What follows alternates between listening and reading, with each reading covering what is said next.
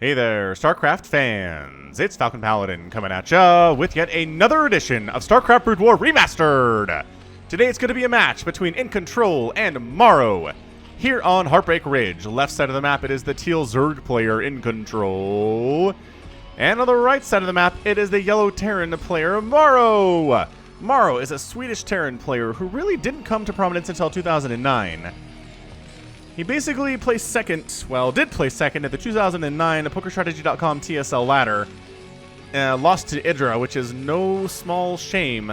Wait, no big shame? I don't know how that works, but it was not very shameful to lose to Idra in 2009. I can tell you that much. It was a TVT as well, because, you know, Morrow here is a Terran player, and Idra is a Terran player, and anyway, Morrow also played StarCraft 2, and did a little bit better. And let me just see if we can find Morrow's SC2 resume, because his Brood War one is, I don't know, not very exciting. But in StarCraft 2 here, oh yeah, he's got a different portrait here. It's looking good. He played for Mouse Esports, Apex Esports, all over the place. He has a much longer resume here. His achievements: took second place in Assembly Tournament Steel Series Challenge back in 2011. And in a major tournament here, ended up taking second place, Daily Motion Cup, blah, blah, blah. Ended up winning Ternurcio there too. And good dude, man.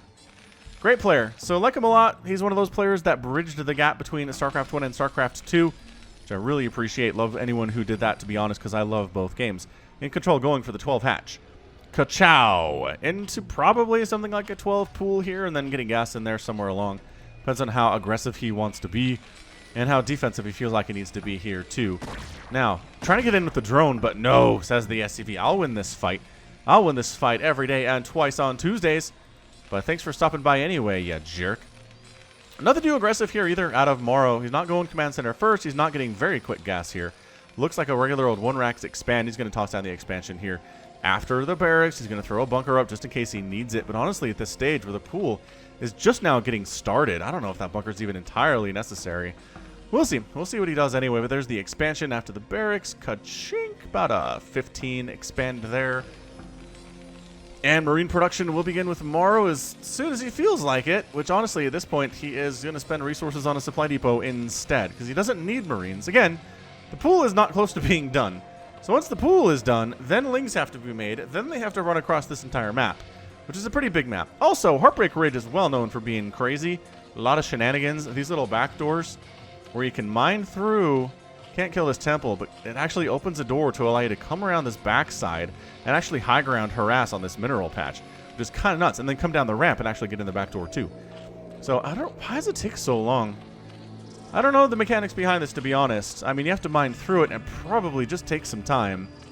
InControl has decided that what he wants to do is take the time to do so. He's losing a lot of mining time with that drone, but he's living with it. And that's totally great. Totally great by him. Anyway, if you're watching this, you might be aware that InControl passed away earlier this year, which I'm pretty bummed about. We miss him in the StarCraft scene for sure. He hosted a weekly show with Artosis called The Pylon Show, which was just well beloved, and he was always around doing casting for WCS events and BlizzCon and whatnot, and just always had really good analysis. Really just somebody who's been around the game for a long time, and we're going to miss his insights into the game. All right, so we finally did it, man. The man did it. The drone mined through there. Where the heck did the drone? Oh, the drone now has minerals, of course. Makes sense. Overlord just kind of hanging, trying to see what's up. Is that actually visible? No, that's actually not visible. What a weird placement that is. The Overlord can see everything, so we can see the timing on the second gas. You can see the Marine count. Starting supply depot as part of the wall here. No sign of a third base by InControl, but does have a macro hatch, as we mentioned previously. And he's going for a lair. So this feels like lurkers to me. Could definitely be mutas based on that second gas timing here, but there's an engineering bay out. The Marine count is pretty heavy. Really don't see Mutalisks doing a whole ton in this game. But the fact that the back door got taken down, I kind of feel like that just screams lurkers to me, right? You sneak lurkers up here, you set them up on this high ground, and you just eviscerate that mineral line. It'd be great. The Marine doesn't know this is gone. Because he hasn't even scouted up there at all, regardless. So, interesting stuff. What are we going to do here? Hydralisk Den. Okay, so yep, going to be lurkers. And I just have to imagine that's what we're going to do. We're going to cruise around this backside. We're going to get some lurker play on the high ground. It's not often that Zerg can actually harass from the high ground. That's usually a Terran thing. Or to a lesser extent, a Protoss thing. Tanks especially, harassing from the high ground is their speciality. So Ling's heading on up to see if it is safe to bring some Hydras over. It's safe to turn them into lurkers. Is there a base up here? Are there a bunch of Marines we have to worry about? No, there's not. Morrow does not see this coming really at all. And I often get a question, hey Falcon, do you know when these games are played? And the answer is no. I don't know when these games are played. The only date that I get on the replays when I load them up is the date that I downloaded them off of whatever website I got them from. So, I mean, this one is dated 2016, which is not accurate, I'm pretty sure, because all the replays in this folder are dated 2016. Or maybe, actually, I got this one sooner. Anyway, you know what I mean. It's all the same date. So the links come around. Oh, the Marine did see this. Aha, he's aware now. He is aware this is a possible thing that may happen, and he may have just ruined all of the plans that InControl had. We'll see. We'll see if InControl still tries to go for it. He's taking his third base at the traditional third base location on this map. And maybe even scouting around trying to see if it's safe to take a fourth base on the top left, which is again a fourth base location you can go for. It's really hard to set up any kind of a base in the center here just because it is the main traversal path when you're moving across the map to kill your opponent. And so there are usually armies sitting around there somewhere. So not often we see anybody try to expand down here, but every once in a while it does happen. I still think getting lurkers up here would be pretty fantastic. It's really hard to dislodge coming through this narrow choke with Marines and medics. And same thing here. So Ling's just seeing, is there anything we gotta worry about? Can we sneak into that mineral line maybe? Well, there's a group of Marines down here, but it doesn't seem like there are that many. Heading on up to see if there are any lurkers to deal with. Maybe a force scouting to go for a third base. SCV sees the third coming up from the Zerg, and getting a third base of his own would be pretty fantastic. Got our Zerg music in the background. Atmospheric, as always. And a couple lurkers are out. So the attack from the Terran, it's weird, man. He's playing so defensively. Ah, he's got some lurkers up north. Got some lurkers up north. The Lings want to surround these guys. Like, we can't even see them. They're so far off the map. Nice job getting off. Wow, getting back to the group here and wiping those guys out. But the Marine count was reduced a little bit. Lurkers burrowing in, slowly going to siege forward. He really wants to do this, despite the fact that Morrow is prepared for it and trying to deal with it as best he can. He's got a factory coming up. A tank would be beautiful here, but Machine Shop just now getting started, so it's going to be some time before tanks are available. And again, the surround concept is just not really a thing you can do when you're in this tight little choky area here, you know? Stimming in, going for it. Ah, beautiful. Beautifully done by Morrow. That was just mean is what it was. I mean, InControl trying to sneak on in, but Morrow, the one who had control there. Taking out both lurkers, losing a couple Marines in the process, but nothing super concerning if you ask me. SCV died somewhere. I'm not even sure what he was doing. But hatchery coming up. Another macro hatch to the natural base location. That's where he likes getting all of his macros. He's going for lurker Hydra upgrades right now with the missile attacks. So it seems like he's going to be pretty heavy on the lurkers and Hydras here. Not so much on the Zerglings, not so much on Mutalisks, not so much on, I don't know, Ultras, which are definitely a late game option here in ZVT. Starport on the way. Bum, ba-dum, bum. Really looks like he's trying to set up for a third base, but I don't see it in the production tab yet. Lurkers on the high ground, good place for them to live. They need to live on high ground, and they need to live in narrow chokes like this. That'd be a pretty good position too. But there's a lot of room for the bio to fan out here, so perhaps not as good. Not as good as I would think it to be. Spire is on the way from InControl, despite the fact that I thought he is not going to go for a lot of that stuff. But, you know, having some Mutalisks in this situation would not be bad. Picking off tanks worth their weight in gold there, and even just the bio. Okay. All right, Morrow, reaction time. Not super good. And then the lurkers are like, all right, war cover's blown. Get out of here before we get wrecked by some tanks, which do have siege mode, by the way. That upgrade has completed according to the production tab. Science facility on the way for those science vessels. You just irradiate the lurkers, or you kill them with tanks. These are the options. Irradiate is generally considered the more acceptable version. And then InControl going for a base along this bottom right side. Or he is. He's going all the way to the bottom right, which is a gas base, which he needs a lot of gas because he is Zerg. And his units are pretty expensive that way. Zerglings don't really hold their value over the whole game like Marines do. You know. So yeah, he does. Wow, InControl taking a 4th in the bottom right. Really nothing protecting it at all. I guess a couple lurkers are heading on over this way, trying to see what's what. Trying to see what's what.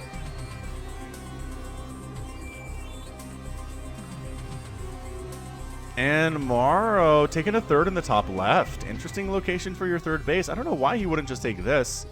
It's not that hard to defend. Or maybe this is a scouting SCV trying to see if InControl took his 4th up there. But no, it's in the bottom right. Very sneaky and very vulnerable. I know there's 2 lurkers here, but if, you know, a good group of Marines or a couple tanks showed up and started shelling this from distance, that would be it.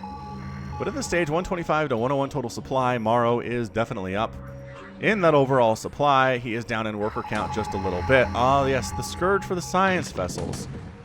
Of course. Nice pullback. Oh, Morrow. Beautiful pullback there. And all these lurkers are gonna die. Oh, gosh. All right, so a bunch of Marines go down, but that could have been a lot worse in the long run. If you don't have Dark Swarm, it can actually be a little bit difficult to use lurkers into this late game. That tank does go down, but there are 2 other siege tanks available. 1 unsieged tank. The science vessel gets picked off by Hydralisks. A little bit of some clumsy control there from the Morrow, but InControl sniping it off and halting Morrow's attack. The lurkers need to get out. They're getting shelled. They definitely are. Why doesn't Morrow have a 3rd base at the 11-minute mark? I'm so confused by this from him. He definitely has an army advantage, but the longer this goes, the more problematic it's going to be. Ton of Scourge out. I still don't see any sign of a hive on the way from InControl, though he does have a Queen's Nest, as we can see down this way. Oh, heard that science vessel die. I don't know where it was, but it's completely toast. Utterly toast here. Good Sim City. I like the supply depots down south. Barracks up top. Factories on the left. And the 1 starport that he has hanging out by the science facility. Seems like that's where it should live. All right, lurkers on the high ground again, and there's no detection to scout out ahead. And you don't just want to, I guess you could just comsat. I'm going to say, you don't necessarily just want to comsat every ridge that you come to, but hey, if you got to do it, you got to do it. Hydro Lurker against Marine Tank without Defiler stuff. I'm very interested about this with InControl. Is this a viable strategy? I mean, he's going for a hive back home, so he's not going to stick on this tech forever, obviously. Just pulling back, just hanging out towards his natural base. Drone coming up like it wants to expand, but no, he's got a sneaky expansion down here just for gas, which again, lurkers are expensive, hiders are expensive. It's just a lot of gas that we're seeing here and a lot of gas requirements. SCV goes down. Drone could expand up there if he wanted to, and I feel like Morrow has the better composition right now and the better control. +1 attack is done for the bio. +2, +1 for the Hydralisks and Lurkers. And no upgrade for the mechs here. I don't know about this engagement. I'm really not super on board here. The Scourge coming around. Do manage to find the science vessel. Everything on the south going fairly well, actually, with the Lurkers for InControl. And then he just jumps into the minimum attack range and wipes this army out. Wow. No Dark Swarm, no nothing. Just wrecking that army. 6 kills on that Lurker. Hydras with 1, 2, 3 kills-ish each around there. Very, very nicely done. I'm incredibly impressed there. InControl making it work without Dark Swarm. I did not know. I mean, I knew it was possible, but it just seemed like it was a little too difficult against somebody as good as Morrow is. Irradiate coming in. I guess it probably helps that Irradiate didn't exist yet. The science vessels were just purely detection at that stage of the game. But it's 105 to 109 supply. We are tight. We are really close to each other right now. Still, okay, 3rd base coming up for Morrow. So there's still not one landed, but one does exist nevertheless.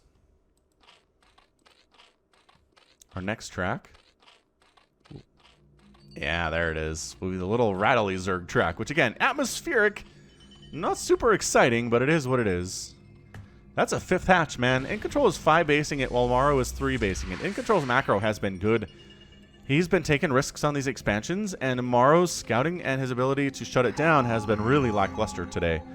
And for that reason, I think InControl is really just the person who's in control in this game, in more ways than one. Adrenal glands on the way, working on a Nidus Canal, just so we can, I think, probably defend this base more easily. It is definitely the furthest away and hardest to handle here. But lurkers, oh guys, gotta actually go down. There we go. Wow, the lurkers, if they get one round of spines on that bio, they all die. It's so good. That +2 armor, +2 attack on the Hydras, really trading well here with this bio. Tank's setting up, but the Hydra is getting on into this third base, and shutting down Morrow's third base is effectively just killing him.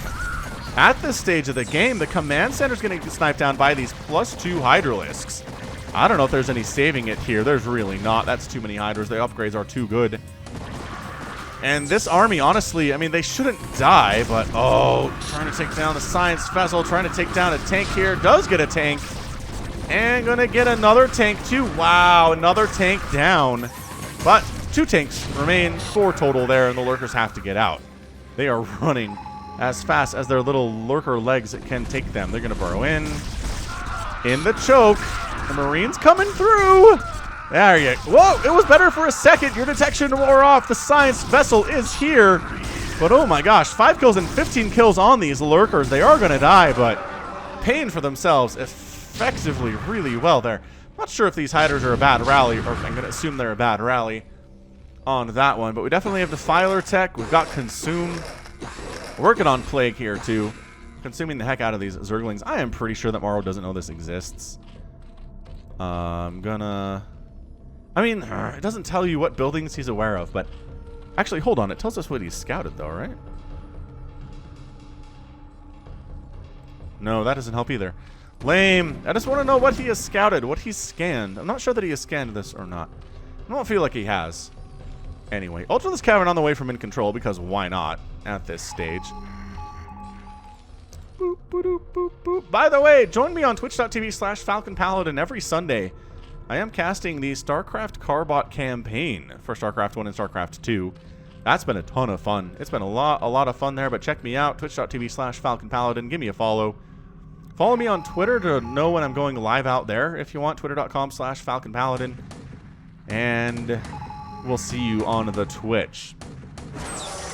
Alright, siege tanks up, Marines here. Morrow is not retaking his third. He needs to win this thing now.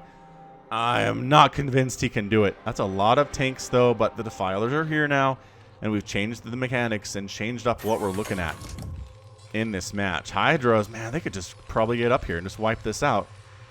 Honestly, sack this base, kill the natural of Morrow. Yeah, man, I think that's what he's doing. He's going to go ahead and sack the base and just wipe out the reinforcements that are coming through. Oh, that's not even close. That's not even close. These Hydras are 3-3, which is disgusting. Dark Swarm is up, but that allows the tank to survive because everything here is ranged. Oh, he left the Dark Swarm. Why would you do that? Science Vessel goes down. I'm not sure that it irradiated anything at all, so this base is done. Right, so Terran doing a great job. Defensive Matrix up, but the natural base is going to go down. And Morrow is out. There is just not anything coming back from this at all. His income is in the toilet. He's got a decent bank of 400, 700 here. He's making tanks. He's making Marines. He's producing what he can to try to save here. But SCV is running for their lives to a base that doesn't even exist right now. He's got 70 minerals in the bank at the moment. And like I said, Morrow needs to win with this, and I'm just not sure that he can. Oh, that command center going... Where did that one even come from? Must have been built somewhere over here, but Morrow is economically crushed and destroyed. InControl, really working it here right now. Scourge taking down Science Vessels. Hydra's attacking into tank lines, not necessarily great, but InControl can afford to make bad trades here because he has an income and Morrow does not. So Dark Swarm up, actually protecting the tanks from the Hydras. Does not protect them from the Zerglings, though. Getting on in there. Science Vessel gets picked off. Army supply really plummeting here for Morrow. Getting out of the Dark Swarm, but that means they unsiege, and that means the Hydras trade much better against them. Still, some tanks remaining, some Marines remaining here. Is he seriously? He can't expand up. He'd have to long distance mine from up here all the way down to this base, or lift it and bring it over. That seems like a feasible possibility here. Oh man, InControl is so ahead. He's taking the center base. Alright, he's taking the center base. Hydra's inside the Dark Swarm. Tanks can do some splash damage here, but not a lot of direct damage, and the Marines can't do anything at all because they are not splashed whatsoever. And there's no detection available. Actually, is there detection available? There is detection available if you comp sats. Just really choosing not to do that at this stage of the game. Again, InControl being a little bit sloppy here because he has income and he can afford to do it. And tomorrow's production tab is entirely empty. Are we going to see a bunch of Ultralisks show up as the coup de grace here? Coup de grace? I think it's just gras. With the French, en français. Dark Swarm lasts forever, as we are aware. And that is all of the Ultralisks. That is 11 Ultras? 12 Ultras? With 6 armor and +1 attack. Yeah, I mean, this is just how a Terran dies right here. Alright, well, the tanks are firing, but there are not nearly enough tanks to help take down 12 Ultralisks. Morrow calls the GG. Let's go says InControl. I enjoyed smashing your face in during that game, didn't you? Let's play it again. And InControl is our winner in exactly 21 minutes and 0 seconds. Yeah, finally irradiating a Defiler there, but man, the irradiate game was just not on point for Morrow here today. You need to be irradiating Lurkers and Defilers constantly to win this game and beat the strategy that we're seeing here out of InControl. But InControl able to sneak this 3rd base as early as he did and taking his 4th base down here, sorry. 3rd base here, 4th base here, 5th base up here, and keeping them alive for as long as he did was insanity. I really can't believe he managed to do that today, and even taking the center base, which is just the, I have this game won, I'm going to take the center play that we see sometimes on this map, but not often, because usually it's a little bit closer than this one is. So, Morrow's macro is pretty good. He just took forever to take in his 3rd base. His macro on that side wasn't as good as it should be. And then again, just constantly making science vessel control, not as good as we've seen from some players like Idra, obviously like Flash, like Last on the channel. So good job at the end of the day there. InControl just kind of outclassing Morrow in that game. But if they're practice partners, I wonder if Morrow has won a few games of his own. I'll have to see if I can find a couple of those in this replay pack that I have. End of the day, 152,000 points for InControl, 106,000 points for Morrow. We're looking at about 400 Zerg units produced, only 183 lost, which is a huge number for the Zerg, and then just completely out-macroed him, just outspent, out-mined, doubling up here in gas mined, and then 20,000 more resources spent. Is so many more resources spent.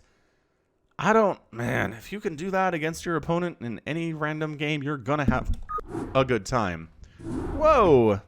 I accidentally just hit the OK button there, but here we are on the home screen, listening to the loading music here, but alright, regardless, that's going to be it from me today. This has been Falcon Paladin coming at ya with yet another edition of StarCraft Brood War Remastered. Go ahead, hit that like button, hit that subscribe if you like what you saw and what you heard today. You can also catch me on Twitter, Facebook, Patreon, and Twitch. All at /Falcon Paladin. And until next time, as always, thank you so much for watching. And you take care of yourself.